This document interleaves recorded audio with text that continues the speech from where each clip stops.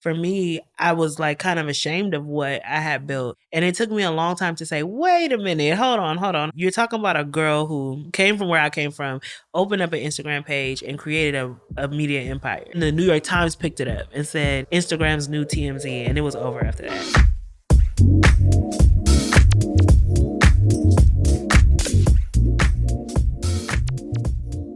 You're watching and listening to In Proximity. I'm Paola Mardo, and today we're stepping into the shade room. Angelica Angie Nwandu was a Sundance Lab Fellow in 2014 with her screenplay for Night Comes On, which she co-wrote with the film's director Jordana Spiro. The film premiered at Sundance in 2018, starring Dominique Fishback. After the lab, Angie was given a $5,000 grant to focus on her writing. She used part of that grant to fund an anonymous pop culture Instagram page, which she dubbed The Shade Room. At nearly 30 million followers on Instagram, The Shade Room is now bigger than the New York Times. Some call it a gossip site, others call it Instagram's TMZ, but there's no denying its power and reach. What's it like to run a platform with over 43 billion annual impressions, or to go from promising screenwriter to failure to media mogul? Here's my conversation with Angie Nwandu. Quick heads up, this episode contains a mention of suicidal thoughts. It's toward the end and very brief, but we thought you should know.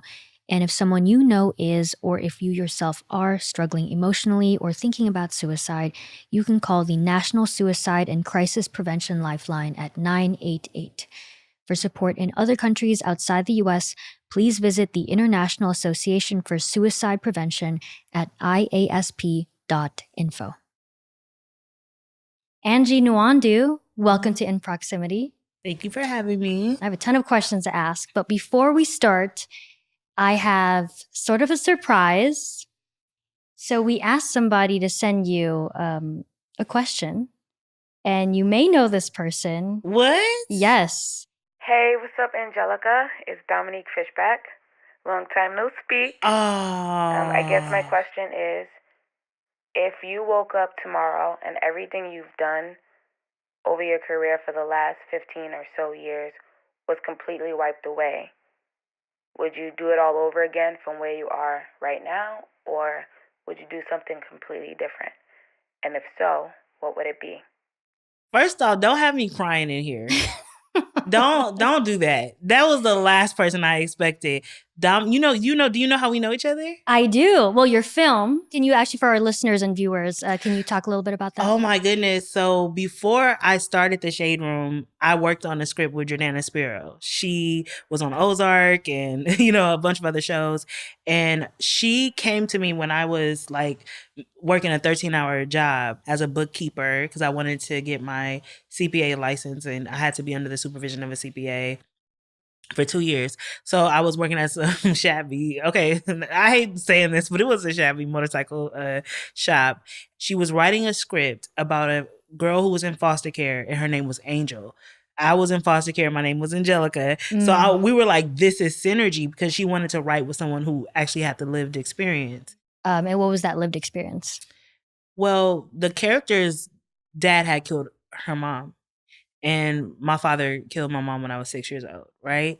We had the same name. And the story was about a girl who was on Dominique Fishback played the lead character, was going to avenge her mother's death. She had it in one day. So she had decided that morning that she was going to do it. And by nightfall, like it should have been done. And so she wanted somebody who could express what it was like to have a little sister who was in care and to have gone through years in care and like just the nuances of, life as a foster child. And I had all of that experience, but also the tragic experience of losing my mom at the hands of my father. So, when she came, I said, this is my script. What do you mean? Like, she wanted me to be a consultant. But instead of consulting, I just wrote one page and she was like, yeah, we got to do this together. Oh, so, really? Yeah. That's when I was like, oh my gosh, everything is possible. I could do anything that I put my mind to. We go to Sundance. It wins the jury award. It makes it into the Screenwriters Lab. That's how I got my grant, which allowed me to quit my job and start, working on The Shade Room. But anyway, 2018, I think we filmed it either 2017 or 2018. We filmed that she's casting and Jordana's like, we have her. We have the lead. And she's like, it's this amazing girl named Dominique Fishback. Wow. And she was amazing. We filmed in Philadelphia and I was there, you know, with her.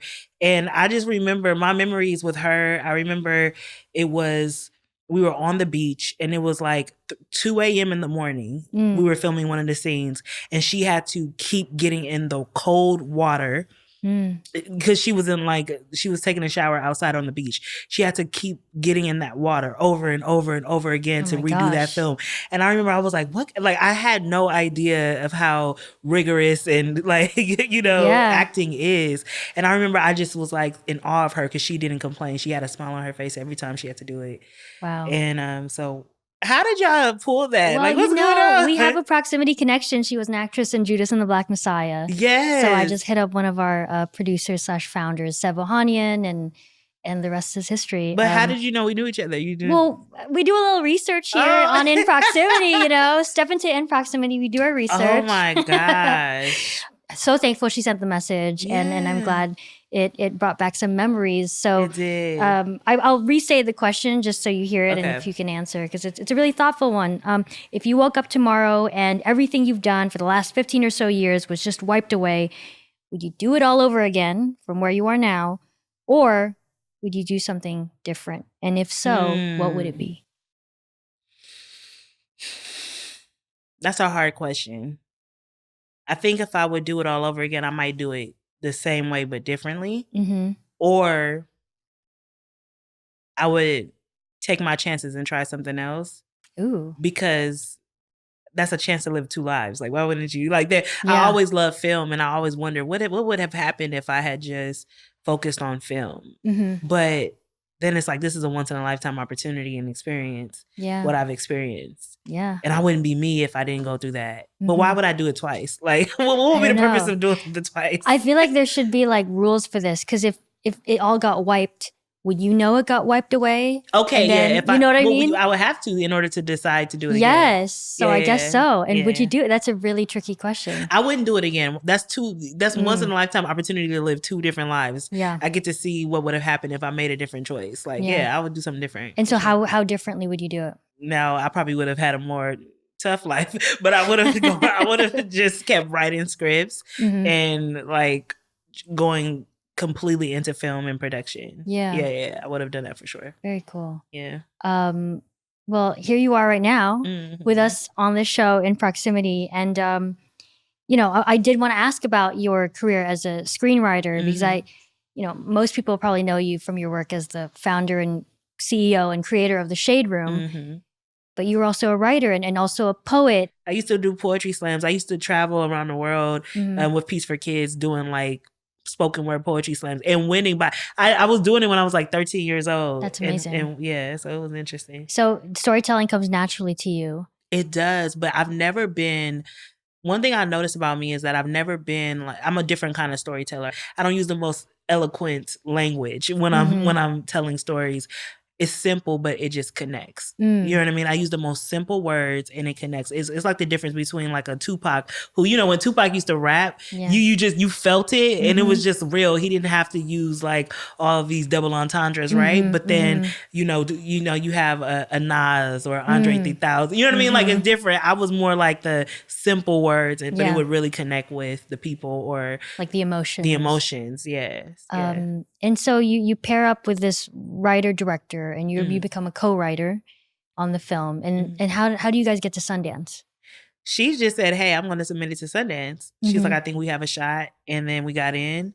And that's when I was like, oh, my world opened. And I was like, because I never thought I could be a writer. Because everybody around me, my life was all about survival.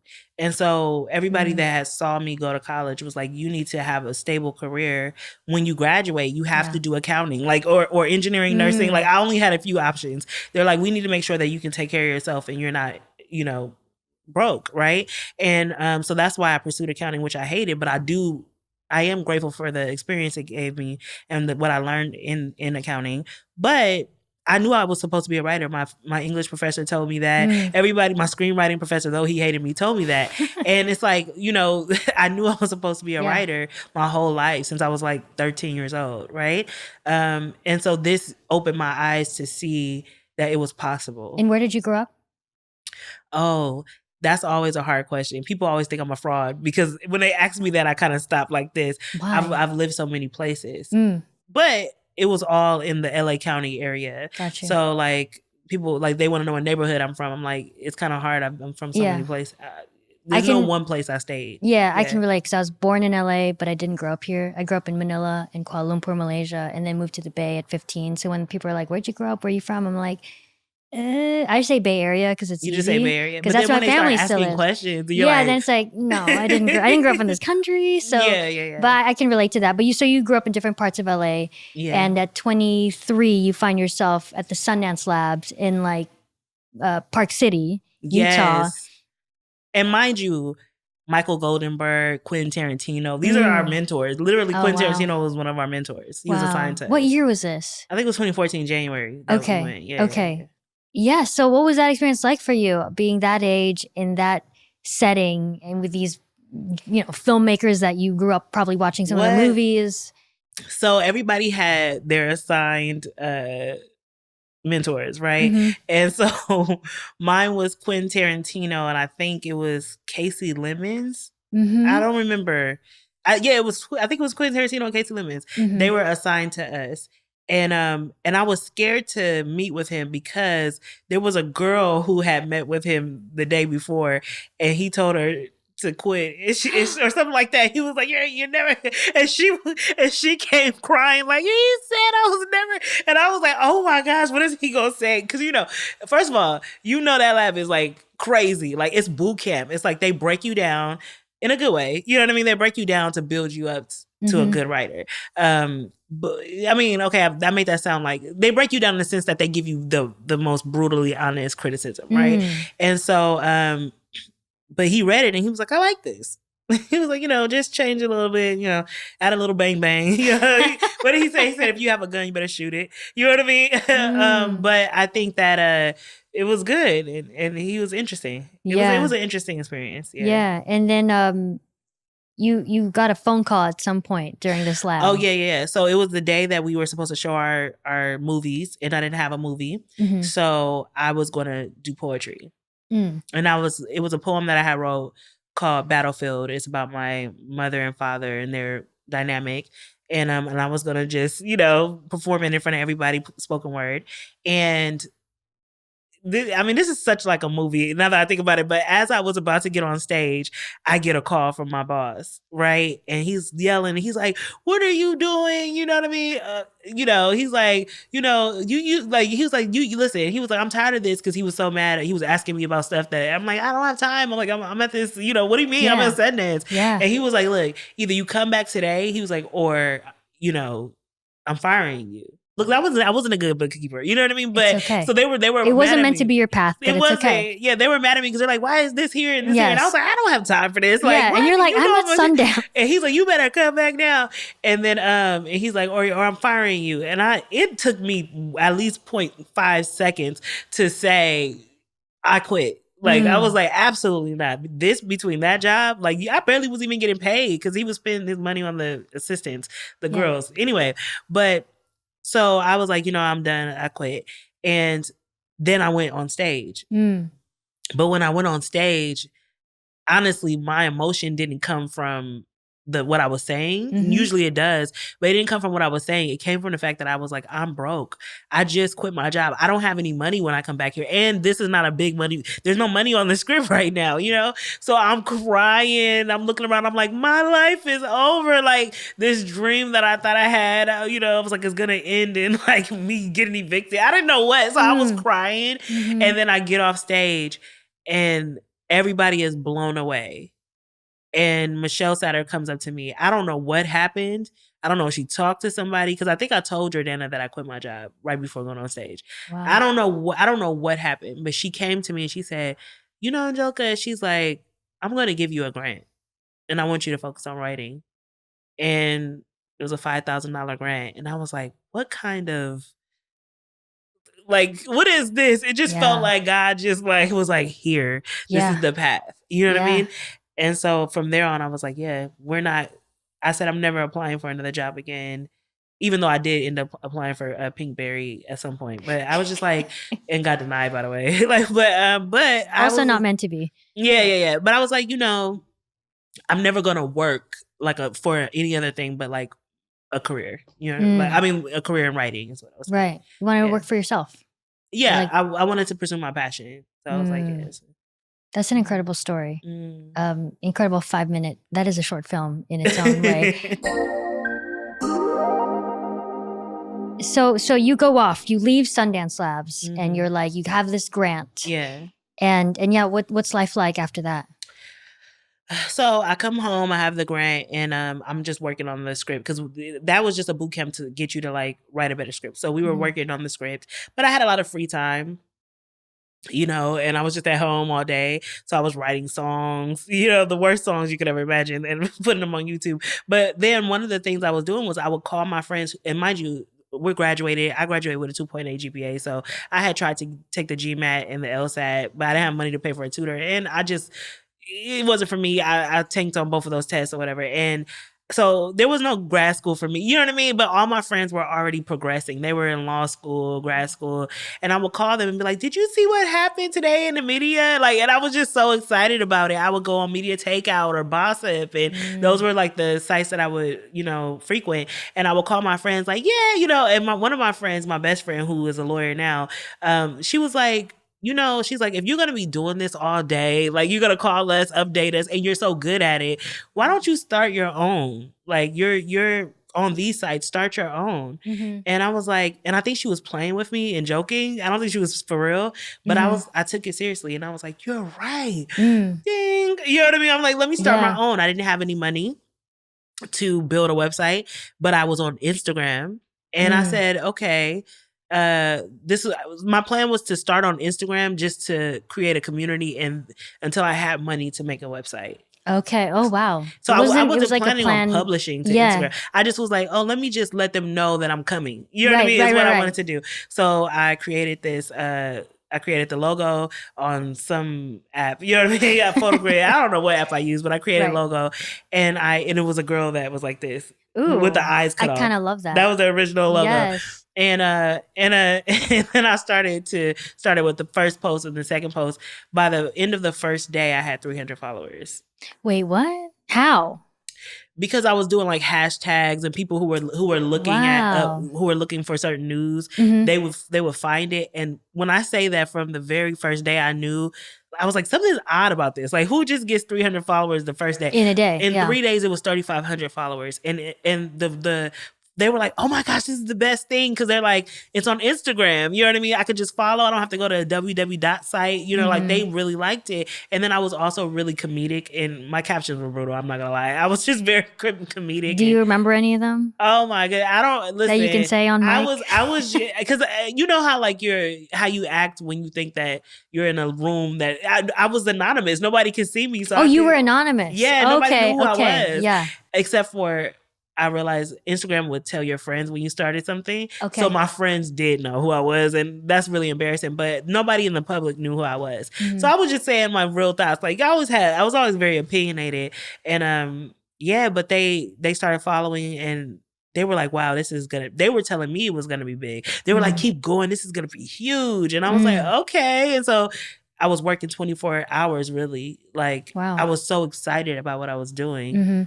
A lot of people are like, oh, I want to start a blog. Oh, I want to start an account. Oh, I want to do this. I want to do that. But like to actually do it and then be consistent, like that, not everyone can get to that level. Do you know what I mean? So what kept you going? I mean, you obviously had an interest in it. But I had an interest. I think it was the people. That's why I say, I think what makes it so hard for people to be consistent in anything is if they don't have any kind of feedback. You get what I'm saying? So like, let's say you're doing something, because I had a business before that I tried when I was at Motorcycle Performance Services. It was a fashion site. And for 6 months, I literally had probably 20 orders. You know what I mean? So when it's slow like that, it's hard to continue because you feel like you're talking in like an echo room or something like that, right? But for me, just by the I don't know, fate, I guess. On the first day, I had managed to amass 300 people, and those people were pushing me like, you like, this is groundbreaking for whatever reason. It was disrupting media in the sense that people stopped going to www. So they were moved, they were migrating to getting their news on social media, but there wasn't like a media site on Instagram that was directly 24 hours giving them news in their feed. So they were the ones telling me, you got to keep going. And these people that I don't know, half of them, I don't even know what they look like because it's whatever. Yeah. But they were the ones pushing me. And then by the time I got to 3,500, they were, I had, it was like I was building a community of people who were supporting me. Yeah.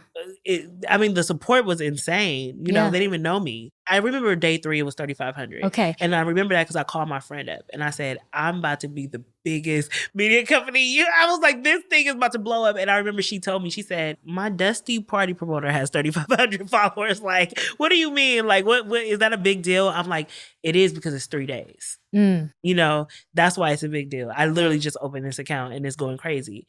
Then a reality star, she posted she promoted it. She said, hey, she posted on her story. She's like, have y'all heard of the Shade Room? Y'all have to follow. It got 10,000 followers within a week and a half. Wow. And after that, it spiraled out of control. I don't know what happened, but it just spiraled out of control. 6 months. No. 8 months. It was the first time it was 8 months. Yeah. 500,000 followers. So it was like, and then the New York Times picked it up and said, Instagram's new TMZ. And it was over after that. How'd you feel about that, being called the new TMZ of Instagram? I loved it. I was like, wow, the TMZ, like, you know what I mean? And so it was amazing. Yeah, I mean, now your Instagram account is just about 30 million followers. You have more followers than the New York Times. Yes. And other quote unquote mainstream platforms, and you have become the platform. I get my news from the Shade Room. I'll open up my Instagram account and I'll see like a headline and be like, oh, okay. It's like, that's how I learn about like even politics sometimes. Oh, wow, you know really? What I mean? Okay. I guess like you said you could see how big this could be. Could you see that it could go beyond entertainment? No. So, I mean, I saw how big it would be as far as like impacting media. But no, I did not. For a long time, I didn't see it going beyond entertainment. I think I was growing up when I was 23 back then, which, by the way, now that I think about it, I'm like, wait a minute, I was 2 years out of college. I was you know what I mean? Like, and I was thrown into this,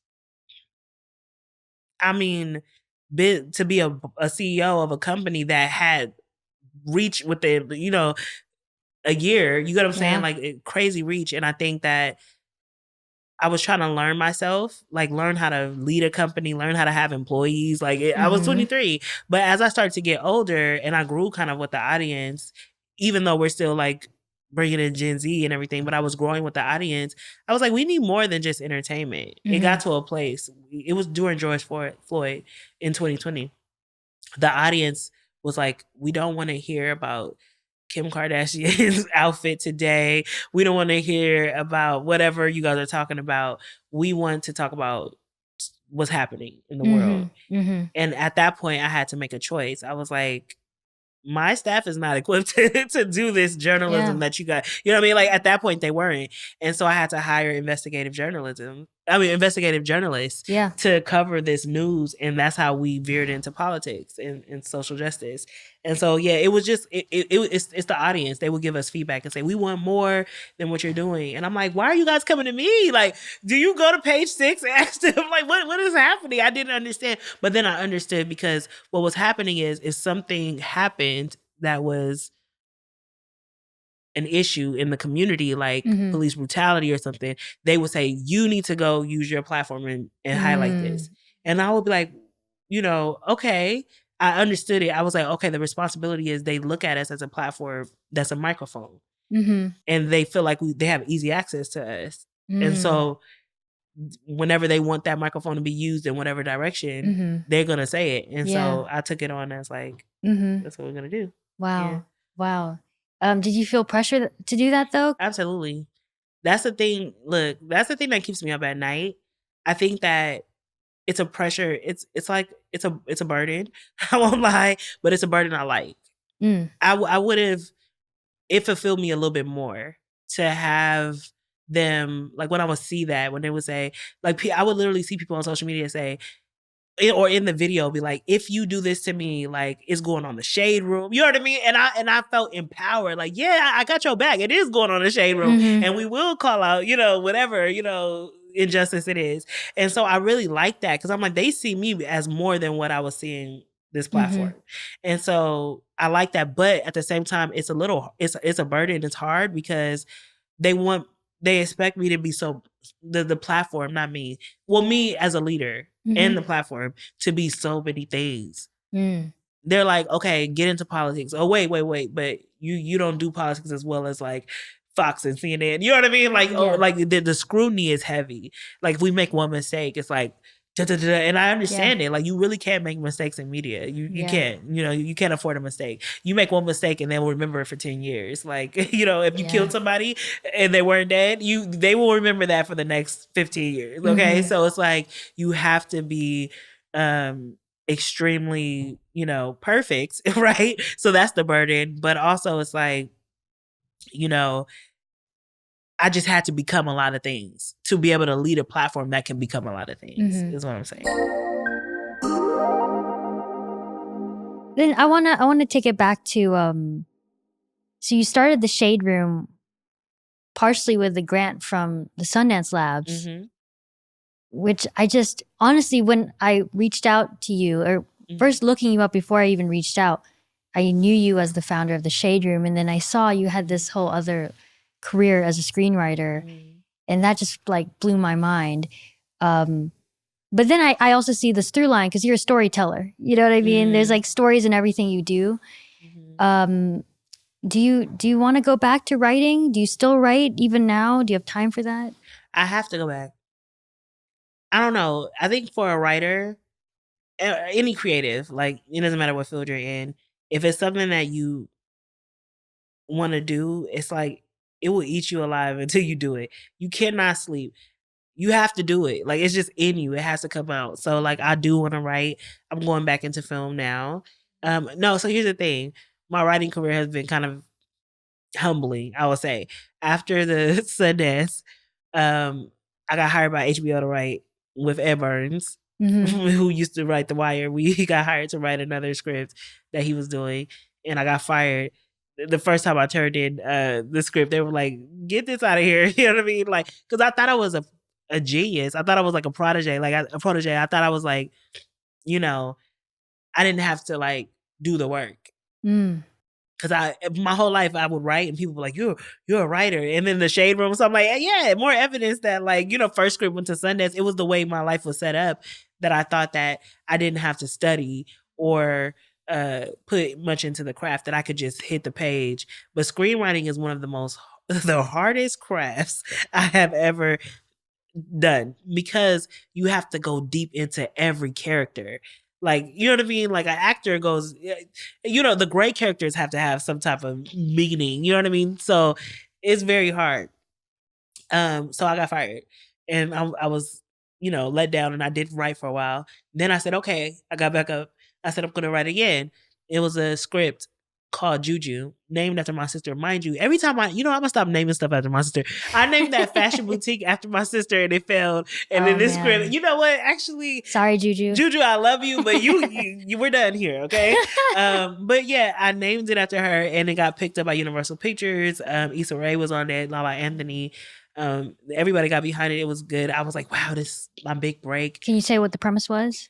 It was about high school kids in New Orleans dabbling in like magic and how that ruined their lives. Basically, it was like the modern day. What's that movie, The Craft? Like, you know what I mean? And so, yeah. But you know what? It was a cross genre horror comedy, and again, I went into it like, yeah, I could do that. Girl, did you pitch it or did they come to you? I pitched it. Okay. So you had this idea. Yeah, I could do a cross. I'm like, what's to a horror cross? You know, that was the hardest thing, to balance horror and comedy. Is not. That's like, you know what I mean? Yeah. Like experienced writers have a hard time doing that. Well, they fired me, and I was like, what? After Can I ask you, like, what is it about? Like, they just saw the script and they're like, They literally read the first draft. They don't even want a second one. They're like, get out of here. And I understand. I mean, looking back, I'm like, I understand. Because the first script, I had Jordana Spiro, who had done the work. She was in like film school. Like, you know what I mean? Like she was, you know, so she taught me a lot of the technical aspect of screenwriting. So she would help me. She would take what I would write and she would help, you know, to make it better or like structure it right. And so I didn't even think I had to go to school or read a book. I just thought like, I'm going to go to the page, final draft, and you know, that's it. Wow. And so now I'm much more humble and back to my roots. And I'm like, okay, I need to do the work to really understand the art of screenwriting. I have a gift of writing and I have amazing ideas, but I need to do the work. You know what I mean? So I'm going back to the beginning is what I'm saying. At what point did you realize, so you quit? Oh, is that when you quit writing, or you at least put a stop on it? I did for a while because I was like, if Universal and HBO fired me, I'm like, I'm done in this town. I'm clearly done. I was like, I can't, you know, I couldn't even muster up the strength to hit, you know, to go back. And where was the Shade Room at this point? Like, were you already? It was successful. And I think that was the problem. I think that I was hungry back in the day. It was my only chance. And I think I was busy. I was working. I didn't put enough time into it, to be honest with you. So I didn't put my all into it. And I just, you know, thought I had it and I didn't. You know what I mean? And so now I'm like, okay, I need to take a break and actually really focus on this. Because I think it's my love. I love it. I love writing. I love film and storytelling in that way. So, you know. I'm excited about that. Is there like a Shade Room screenwriting like mashup in your mind coming up, or? Oh, you talking about the story?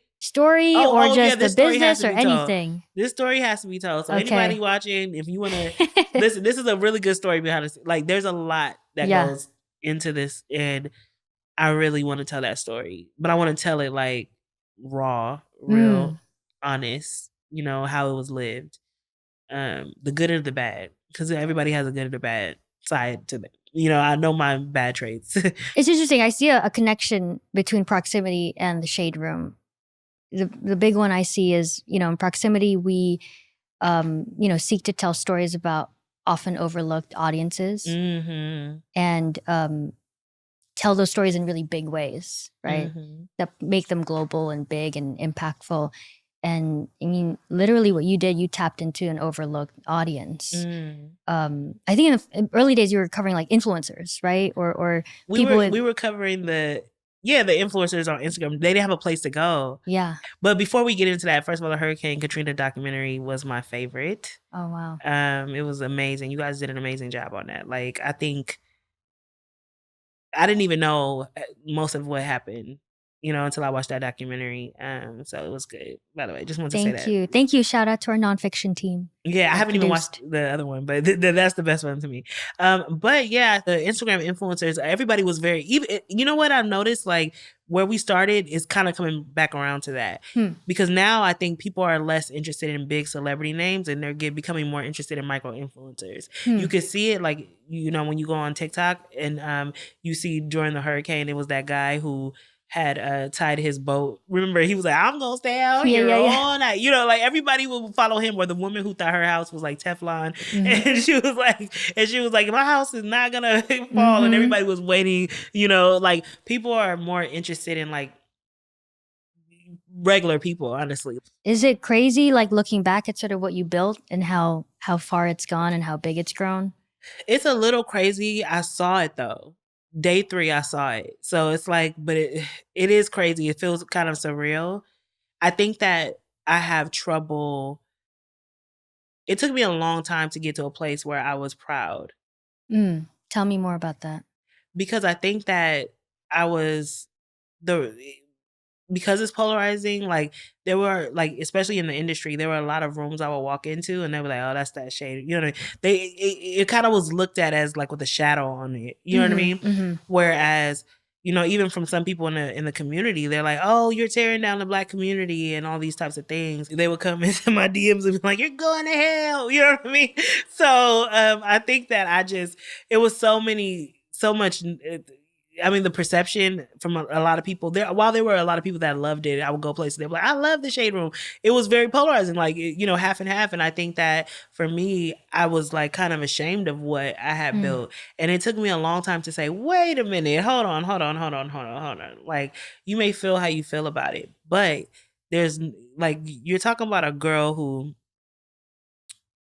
you know, came from where I came from, opened up an Instagram page and created a media empire. You know, like, that is something that I should be proud of my achievements. I should be proud of what me and my team has done. I feel like, or I've seen, you know, celebrities probably have a love and hate relationship with your site, right? Yes. I mean, people have said it publicly. And some of them really don't want to be there, but a lot of them actually do want to be there. That's what I want people to know. Even the ones that don't want to be there, that have said it publicly, will come back once they're not on there for a long time and say, okay, like, you know what I mean? Like, you know, because I think what happens is, like, you don't want to be on there when when it's bad for you. Like, when it's bad press, you definitely don't want to be on the Shade Room, okay? Because that thing is going to be loud and everybody is going to see it, right? So I understand it. So yes, behind the scenes, I've had. Listen, if I talk about the things that have happened, I remember one time I had a celebrity tell me, a very powerful one, say, if you post this, like, there's something's gonna happen, right? Now, I have no proof, okay, that this celebrity did that. But an hour after I posted that, my neighbor's car, somebody threw a Molotov cocktail, and I have it. I have to show you. They threw it in my neighbor's car and blew up her car. Oh my God. They threw it. It's literally a burning car. A burning car. And I was like, and I'm going there, and then everybody, all my neighbors are out there, like, we thought it was your house. Like, that guy. And I'm like, yes, everybody thinks my neighbor's house. Hopefully my neighbor didn't wow. You see, they're on the video saying, I thought it was we thought it was a bonfire. And then here's this literally blew up the car.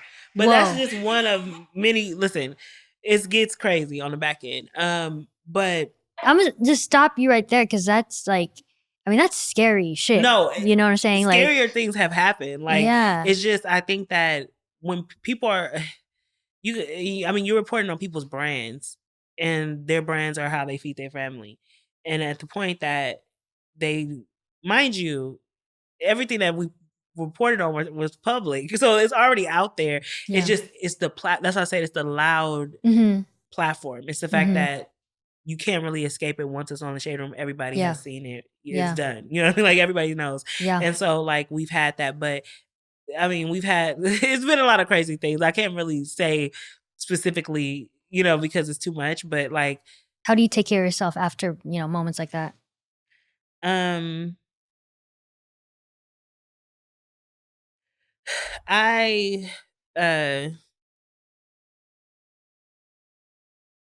feel protected, first of all, because I'm like, I believe in God, you know? So I'm like, whatever happens, happens, right? But at the same time, I have to go to therapy. I'm in therapy every week, talking to my therapist.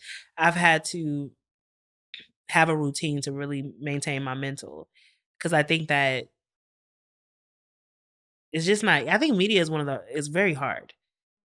Like, it's just a hard industry to be in. Like, you know, like, if you're going to be in media, you have to be a little crazy to be able to handle it, honestly, because it's like, it's just not like anything else. It's so weird, you know? The stakes are really high, is what I'm saying. And because of the influence and because of the people, you know, that you're reporting on. But I do the best I can. Yeah. I'm in a good space now. I wasn't always. There were times where, especially in the beginning, I would say the first 3 to 4 years, the first 3 years, I think I was kind of suicidal, to be honest with you. Wow. Yeah. I didn't want to be here. And then I found God in 2017, and, you know, things changed. But, like, I was really depressed, very depressed. And the vices that I would go to cope were really bad, you know? But then I got rid of those vices and, you know, found peace in healthy means, you know what I mean, in healthy ways, and life got better. But like I said, you know, it's tough. Like, it's like a up and down thing, you know? Yeah. What's your relationship to the word gossip? It makes me cringe a little bit. Even though technically, you don't know how many times I've tried to go to the etymology of gossip and change it, but it's the same thing. I guess we do it, I guess, but I don't like it. I would like to say pop culture news. You know what I mean? Which, I mean, I guess is the same thing, but it just has a negative connotation to it. And I think really what we're doing is we're reporting on what's happening in the culture. Like literally, like, like what's going on, what's happening, what's trending, you know what I mean, in the culture. And we report on those things. So yeah. What's something you wish people understood more about what you do? I wish people understood the positive impact of it. Okay, look, and I'm not trying to rewrite history. People don't understand because they're not in my shoes, so they don't hear the feedback. And we don't post the feedback about ourselves. We don't post what we do. But there are people, there was a time where we only posted small businesses, Black small businesses. That's who we did business with. And there are people who literally said, the Shade Room helped me become a millionaire. Like, how like proud that makes me feel when I hear people say, the Shade Room helped me become a millionaire, and they're Black, and it's a Black business. And I'm like, that impacts your family. And I don't know what the ripple of that is for your family, for your generation. And so like, I've heard artists say, hey, if my career was dead and then you posted a funny video and all of a sudden I'm able to tour. Like I've had that. Or people who say, hey, we went straight. There was a time where Ellen and the Tamron Hall show would literally just come on the Shade Room and take the people that would be on there, and they would be like, we would say, oh, they're gonna be on Ellen next, they're gonna be on this next. So you would discover talent, and then they would take them to TV, basically. Exactly, they would go straight to the TV and like have this national, you know what I mean? Or students who are like, hey, you're helping fund our education. You know what I mean? Like, there's a lot of positivity that I think is just overlooked, and it needs to be. Just like with the celebrities we report on the bad and the good. So if you're doing bad, we will definitely report on that. Okay. If you're in the streets acting crazy, we're going to report on that. But if you're doing good, we'll report on that too. If you had an amazing song come out, if you went into the community and gave books, to the youth, we'll talk about that. And I think the same needs to be for the Shade Room. I think you need to balance it. Like, okay, there's good and bad. Have some people's careers been completely derailed because we posted it, and then, that's true. But there's also people who have been built up, and so that's what I like. Prox Recs. So we've come to the segment of our show where we talk about our Prox Recs. Basically, we have our guest recommend something for the audience. And it can be literally anything. Most people recommend something that has to do with what they do. So if you're a screenwriter or founder, it would have to be along those lines, maybe a book or something that helped you or something you use in your daily life. Or it could just be something you really like. I'll recommend a book because reading is my favorite pastime. And it's called Leadership Pain. I like that book because I think it helped to reframe my mindset when it comes to leadership. I was waiting for leadership to not have any pain. And I think that that's delusional. Leadership is pain.